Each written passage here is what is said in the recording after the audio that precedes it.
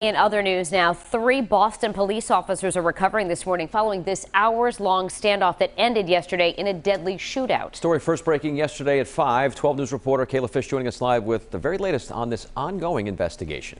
Well, I want to start off with some good news. One of those officers is back home this morning. This is video from last night showing him leaving the hospital. His brothers and sisters in blue right there by his side, saluting him as he left the hospital. Now we're told all 3 officers who were shot will be returning to their homes and their families. They're all expected to be okay as the department investigates the incident that landed them in the hospital in the first place.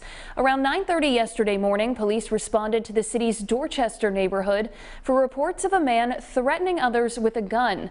When officers arrived, the suspect had barricaded himself in a nearby apartment. After 5 to 6 hours of negotiations, police tell us the suspect opened fire, striking 3 officers, and police shot back, killing the suspect at the scene. At some point during that, they were still speaking with the individual. Unexpectedly, he just fired upon the officers. When you have officers shot like that and injured like we've seen the last couple of days, your department emotionally takes a little bit of a hit. Now, Boston police say in the last few days, 4 officers have been injured while facing deadly force. We'll have more on how that's impacting the department and what we're now learning about the suspect coming up in the next half hour. For now, live in studio, I'm Kayla Fish, 12 News.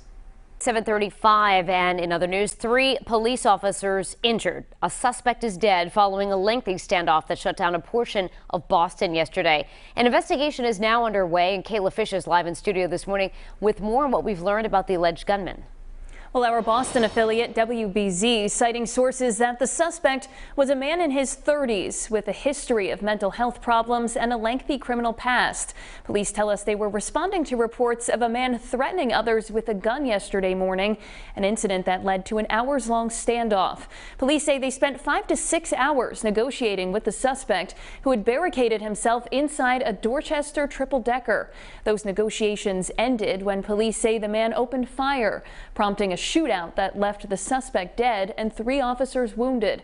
All were rushed to local hospitals and are expected to be okay. In fact, here's video of one of those officers leaving the hospital last night. Just a few days earlier, another Boston police officer was stabbed while responding to a domestic violence call. The police commissioner says the recent attacks are taking a mental toll on city officers, many of whom were evaluated at the hospital following yesterday's shooting. This highlights the dangers that the men and women of this department face every single day they put on this uniform. And I can't say enough about the professionalism, courage, and bravery that the officers show every day. And Governor Charlie Baker echoing that same sentiment, praising the men and women in law enforcement who put their lives on the line. Police have not yet released the identities of those involved in yesterday's incident, but we expect to learn more as their investigation continues. Live in studio, I'm Kayla Fish, 12 News.